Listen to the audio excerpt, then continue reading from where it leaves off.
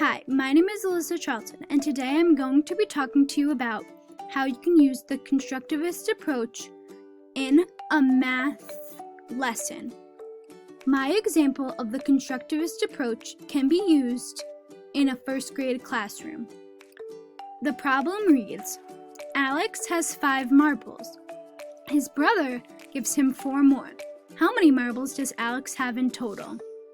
After reading this problem aloud to the students, I would let them solve this problem individually.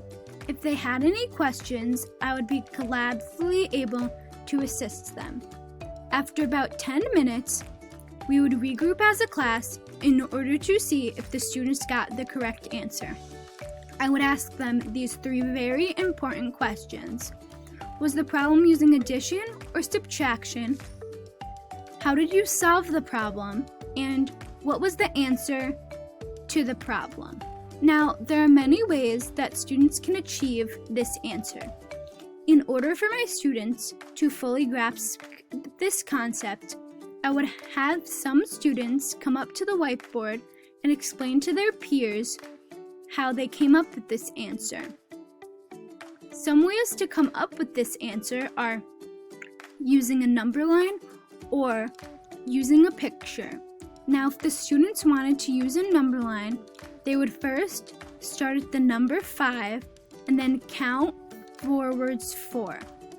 If they did this correctly, they would come up with the correct answer, which would be 9.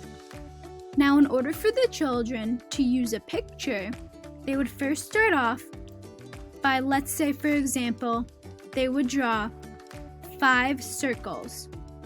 Then they would draw 4 circles because Alex got 4 more marbles. Then to find the answer, they would add them up.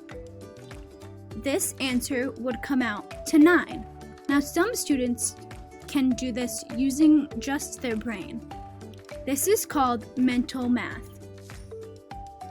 In order for the students to get more practice with this concept, I would give them a worksheet with real-life examples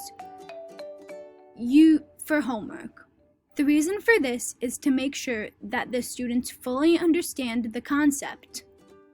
Now, this is constructivism because the students are using real-life examples in order to understand the concept of addition.